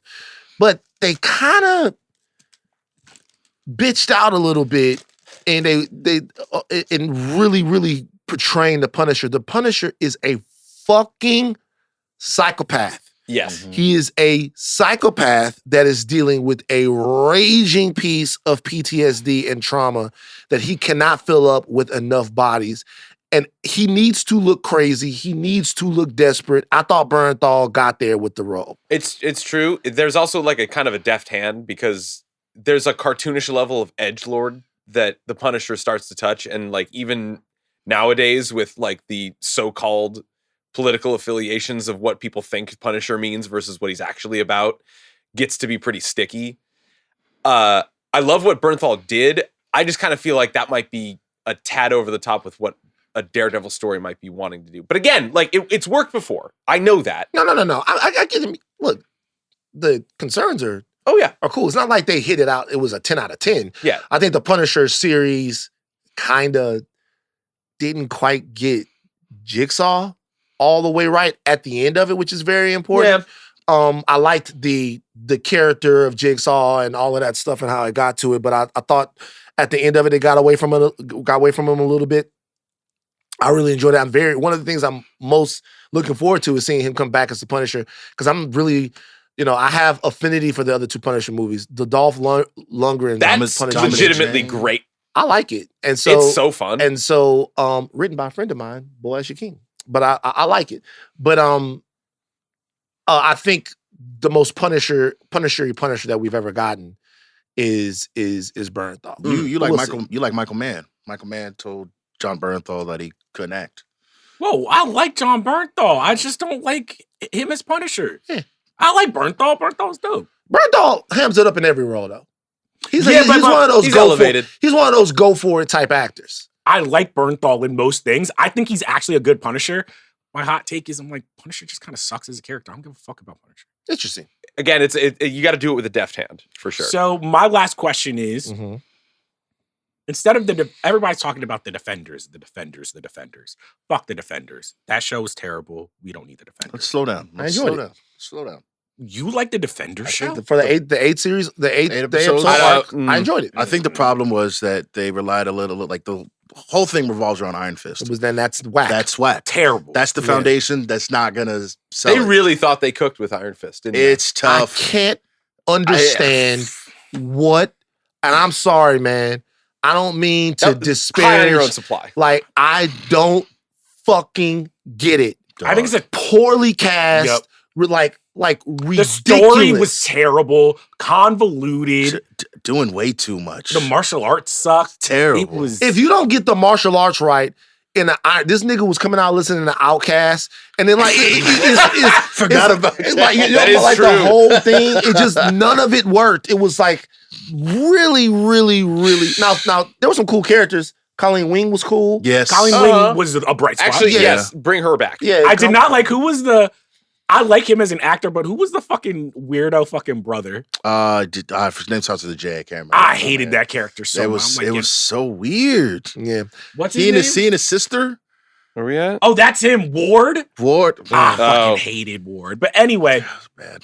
my question for y'all is, obviously, I think we're getting an Avengers film with Captain America, Miss Marvel, whatever. It seems like everybody's in agreement. Thunderbolts is just the Dark Avengers. Mm-hmm. Do we just need to give Daredevil like a new Avengers shit? Like in 2010, Bendis did Bucky was on the team, Luke Cage was on the team, Daredevil, Spider-Man. Is there a new Avengers type role for Daredevil where they could do a street level On TV. For sure. Yeah, like instead of going the Defenders. Actually, they could do it in the movies too. They could do it in the movies.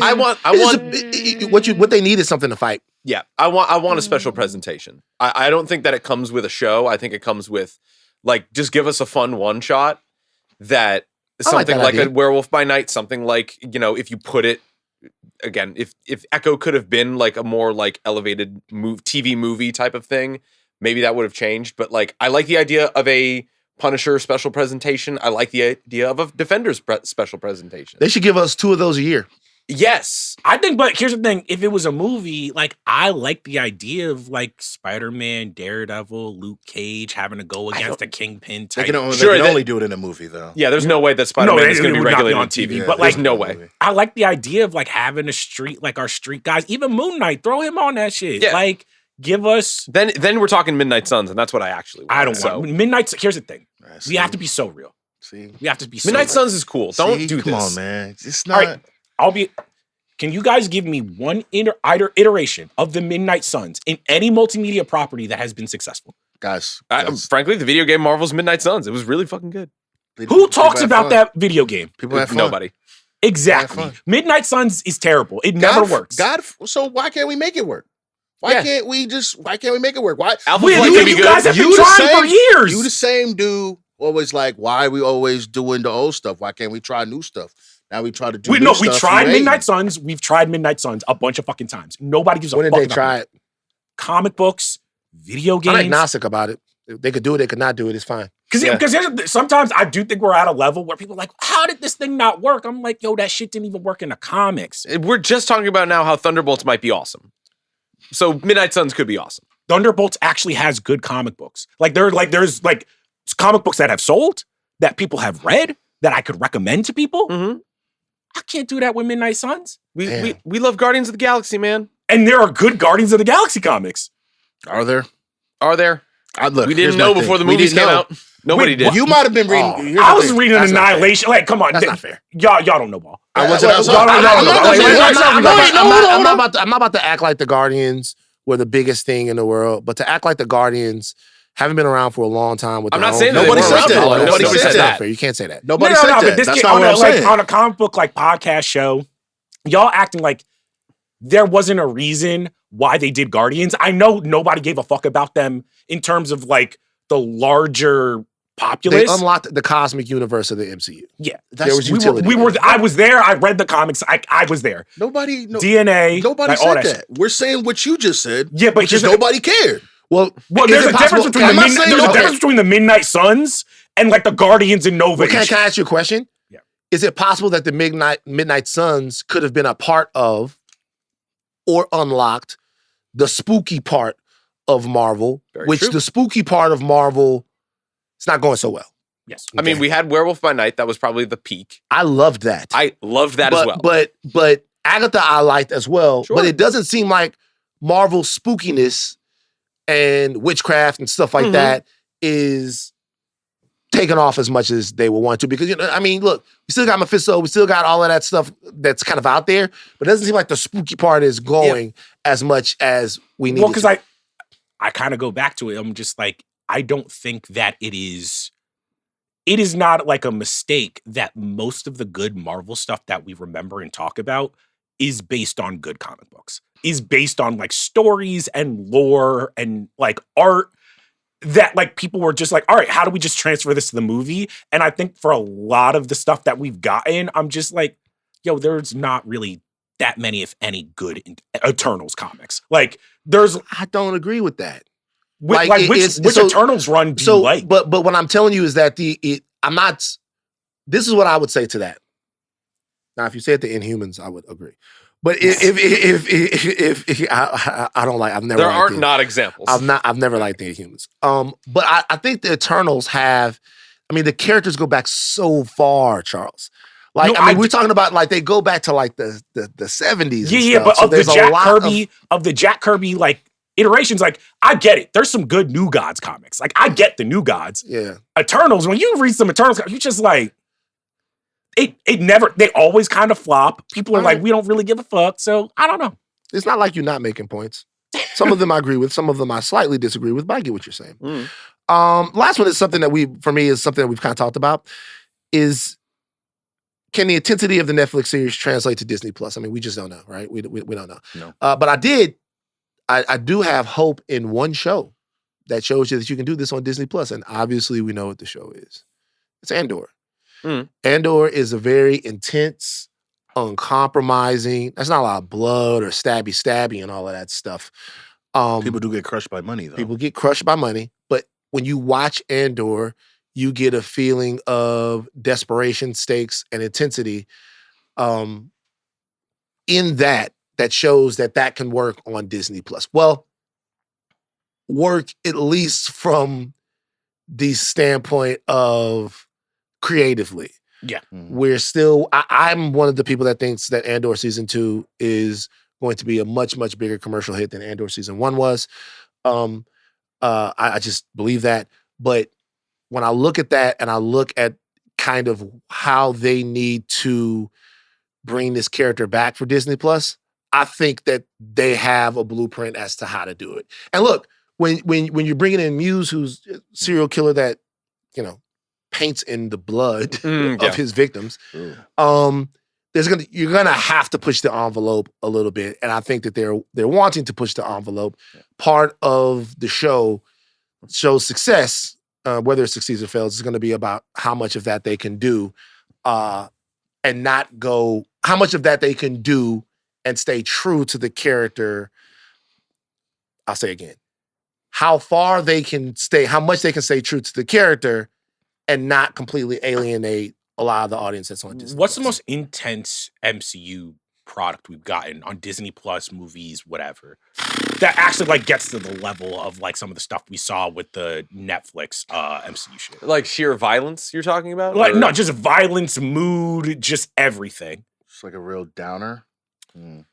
I mean, it would be Deadpool and Wolverine, but No, not real. That was very cartoony. It was violent, but it's very cartoonish. tongue-in-cheek They haven't really done it. No. Yeah, that is actually. I mean, unless you there's consider Moon Knight they were trying to, they didn't quite get there. They haven't really done it. I mean, you feel the dread at the end of Infinity War, but you know those guys are coming back anyway.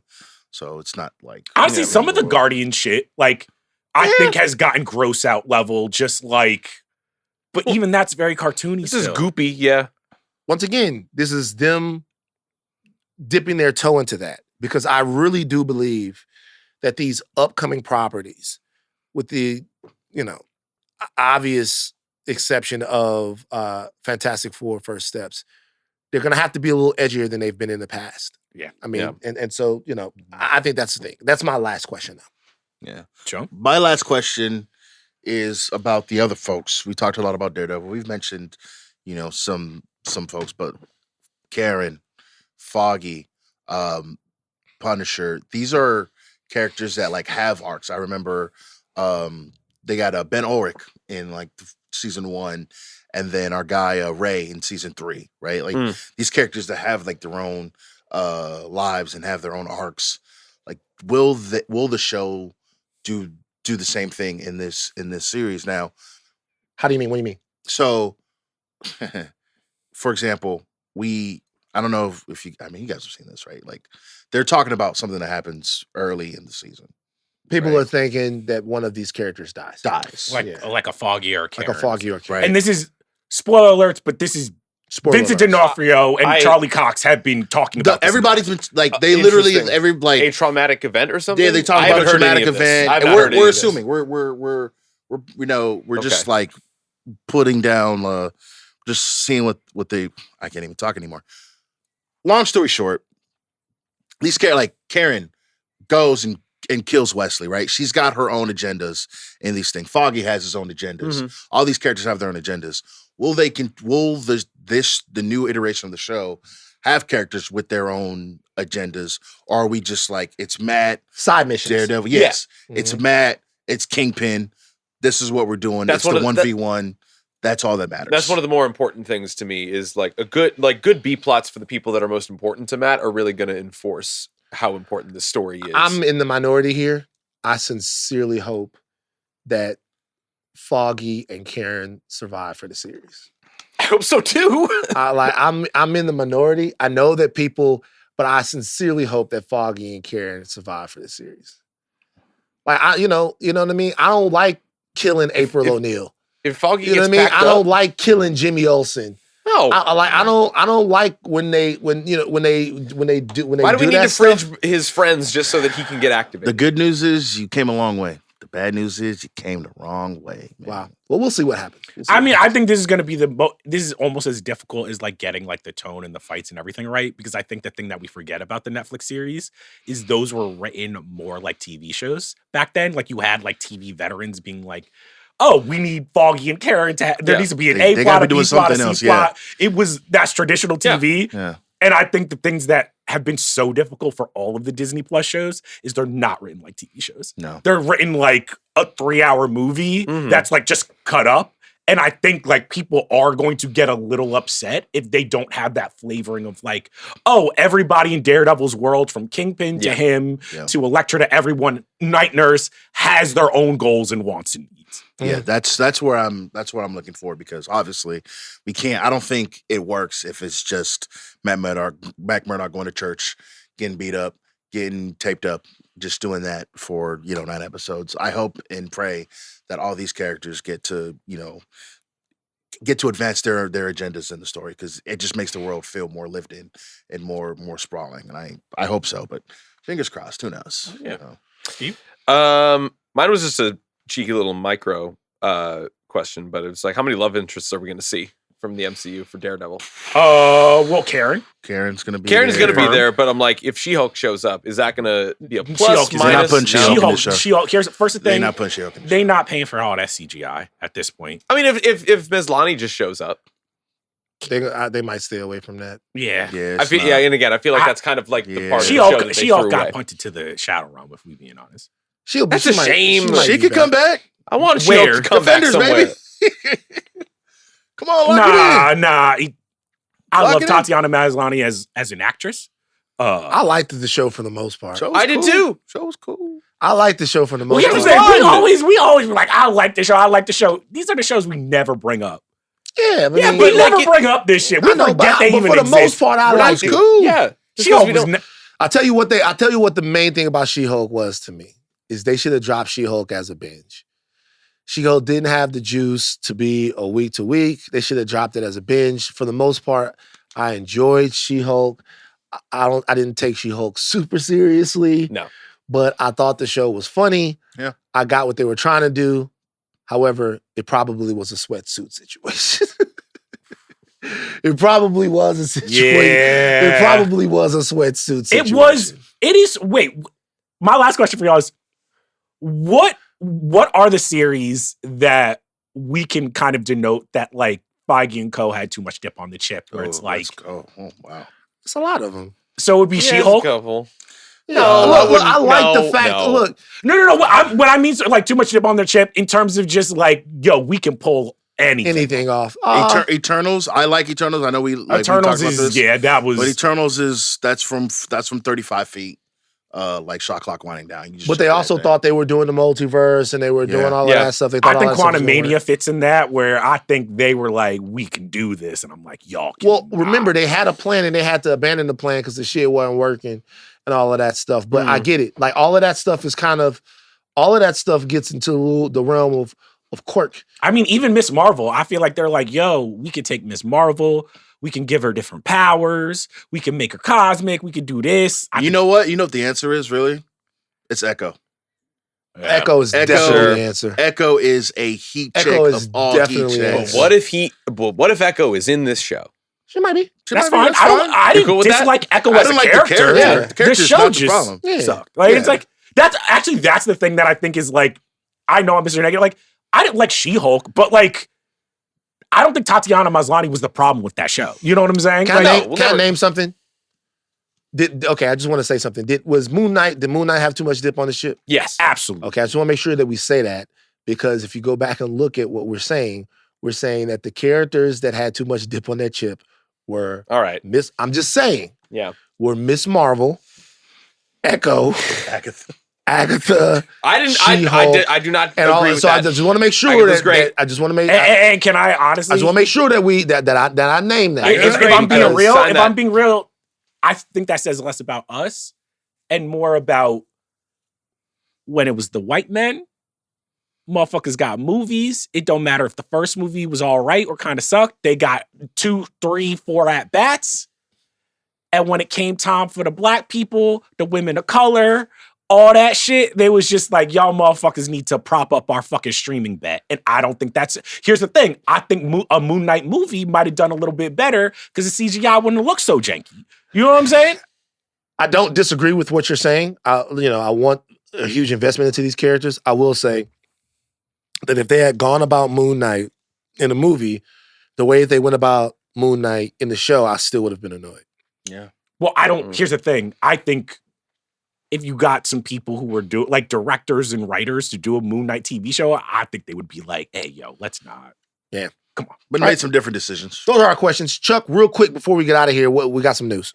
All right, guys, we have some nerd news. This nerd news has gotten complicated over the last couple weeks. Earlier in the week, Matt Bellany, a couple others have reported that there were rumors that Kathleen Kennedy was stepping away from being the president of Lucasfilm after, some embattled years at the helm. CNN reports, as of our recording, that there's some pushback, that the news of her stepping down may not be true. As the person most plugged into the industry, Van, kind of this back and forth. Is she stepping down? Is she not? What is that? What do you get from that, glean from that? Well, number one, I believe Puck's reporting. Okay. I just say that. But I do think that for reasons, for optics, that Disney would run to, because what they essentially said in their response was that if Kathleen Kennedy does step down, there'll be a public announcement surrounding that, and it won't be leaked through any of the trades, which essentially means that they think more of her than to let somebody else on their terms announce that she won't be back, which I would hope that they would think more of her in that respect. I do believe the reporting that she's going to step down. I don't know what it means, and you really won't know what it means until they announce who the replacement will be. There are a couple of people that they talked about. Who are some that you would just say that are in the? Well, I have no clues. But no, just in your opinion, who would be in the mix? Filoni? Yeah. Would be in the mix. Favreau would be in the mix. Mm-hmm. Other business type people. You have to remember with something like this. First of all, I sincerely doubt that either Filoni or Favreau would be the person that they would choose. Definitely not Favreau. But you have to understand, like, we look at her position as a creative position, and certainly she makes creative decisions. But that is a bean counter's position. Yeah. That is a business position. And if you are asking me, that position is not going to be filled. This is not me saying that Kathleen Kennedy is not a creative. She has a decades-long I mean, like, career. the people were trying to dance on the grave, and it's like, have some, like, absolutely not. Decades-long career of producing and being part of some of the greatest, legitimately the greatest movies of all time. But if you think that they're going to elevate a straight-up story person, guy or gal, in that position, they probably won't. It'll probably be somebody who can keep an eye on the ball in terms of the expansion of Marvel or of Star Wars, or maybe contracting it a little bit. But it's going to be somebody whose job is to maximize the individual value from a monetary standpoint of every single production. Yeah. So my question then, just making sure productions don't fail. That's the job. Whoever steps into that role, are we going to see someone who essentially, to your point, is like, is any of this working? And what I mean is any of this working, obviously Mandalorian Grogu probably is going to be a big success, but you kind of have a bunch of things that are either on the back burner or in production where somebody's just like, maybe we went too big. Disney, like Marvel has already kind of been telling us that they're releasing less. Star Wars is obviously releasing less. Is this going to be someone who's more so like, how can we make these things shiny again? Yeah. I think if I'm using intuition or whatever I've gleaned, I think you're going to have somebody in the position that redefines what working means. Yeah. If working means creating characters that we can sell a bunch of toys off of, that we can market, cross-market, that we can then culturally capture a whole new generation of Star Wars fans. The question will be, how do you do that? Do you do that by simply flooding the market with stuff? Or do you do that with creating stories and creating content that people legitimately and genuinely connect with, which is how Star Wars did it before? You can't do it like Star Wars did it before because the appetite is so much bigger. Yeah. At the same time, if you don't love The Acolyte, if you don't love The Mandalorian, if you don't love Book of Boba Fett now, you're not going to love it when you're 15 years from now. You're not going to love it 10 years from now. Yeah. You're not going to love it 20 years from now.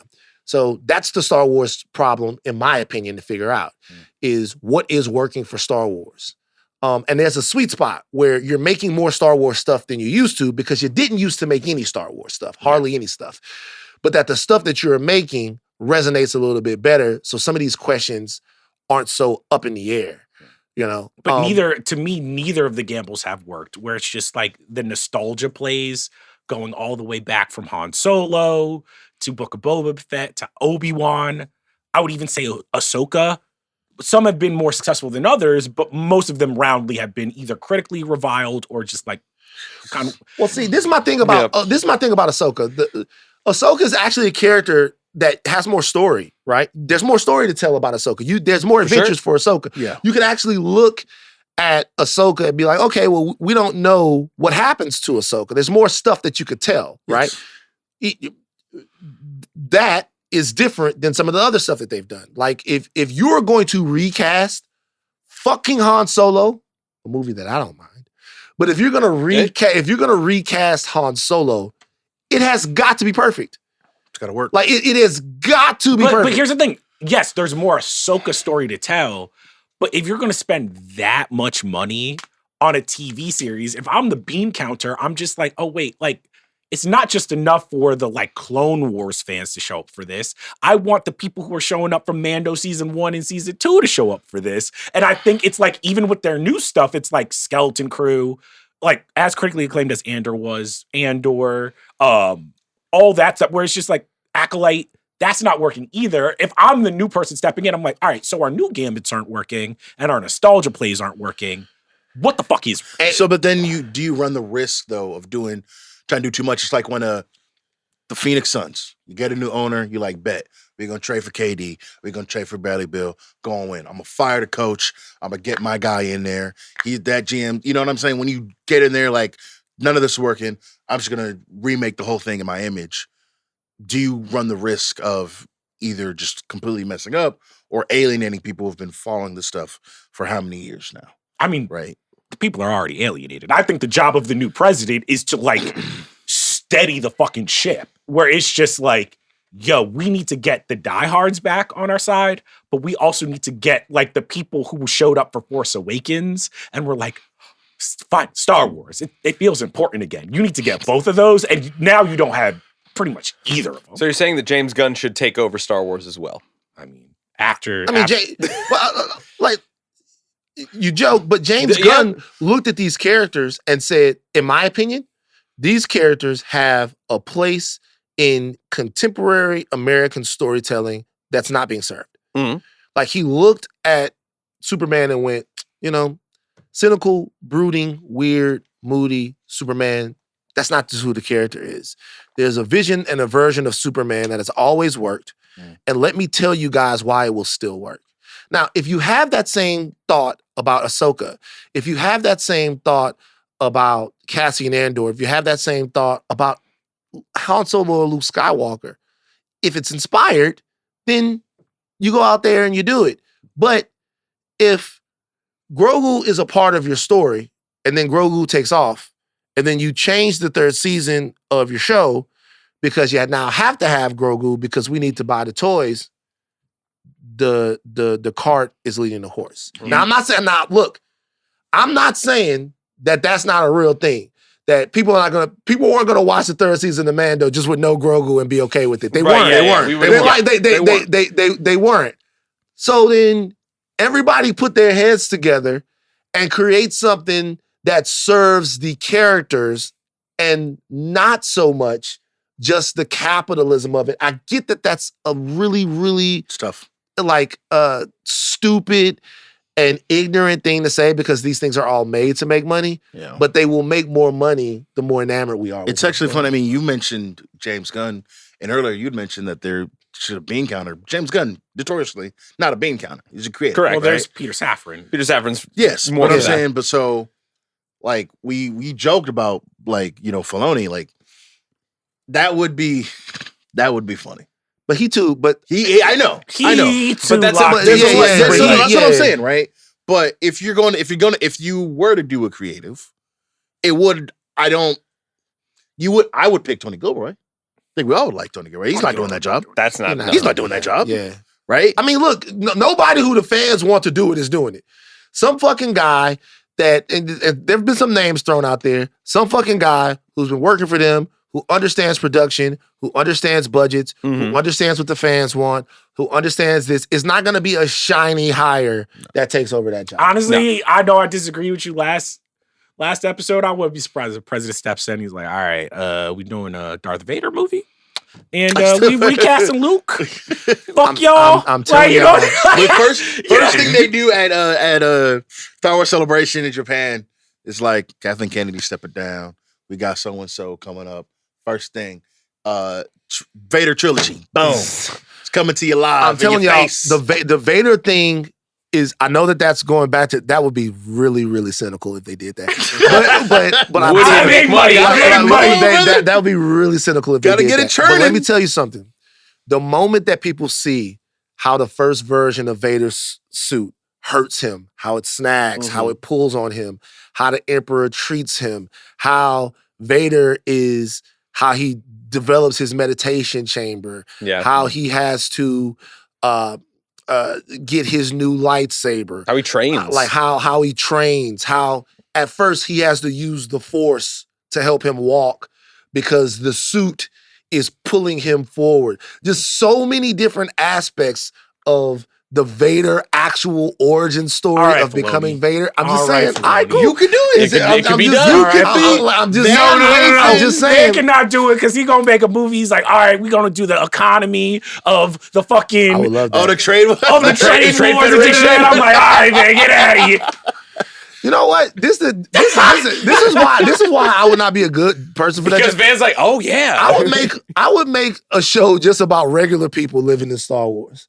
And make all but not on Tatooine. And make not on Tatooine, and make all the other stuff that happens around them. Just like regular people. Like regular people. They try to do that with Skeleton Just Crew. like on the phone. Like I'm talking about like stuff happens. Man, you see what happened to the Death Star? That was crazy. They blew that. Make everybody cameos making that bitch. Make everybody come in that bitch. Luke Skywalker. I'll recast Luke Skywalker. Look, y'all already fucked over Luke.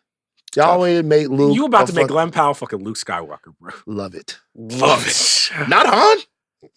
Luke Skywalker, love it. Glenn Powell, Luke. Chad Powers. Seems more like a Han to me. Chad Force Powers. All right, that's enough. Force Powers. You guys, we're done. No more podcasts. We gave you guys we gave y'all two podcasts. Two podcasts. We're covering stuff next week. What are we covering? Daredevil. You guys, we're beginning. It's starting. It's almost we're born again. I was gonna make that. Oh, joke. I'm sorry. It's okay. It's too late. It's a mid joke. All right. Meanwhile, it's better than 90% of the jokes that I make. That's a wrap. This week on the Ringerverse feed, Button Mash gives you their franchise speed dating episode. That's coming from Big Loke Lindbergh. Okay. A new episode of Ringerverse recommends as well. On the House of R feed, Yellow Jackets and Daredevil coverage will be in full swing. Our producers, Aleya, SOB Zenieris, Jonathan Kermah, Jomi, the explainer, Adeniran, hashtag Jomi Milk Mastermind. I love that. Where did that even come You are from? the Milk Mastermind on All social right. and additional production from Arjuna, Ramgopal. Chuck, take us out. Daredevil is about to return. Ben Lindbergh is a Crip. And I have to say, of all of us, this episode, Jomi was on his shit.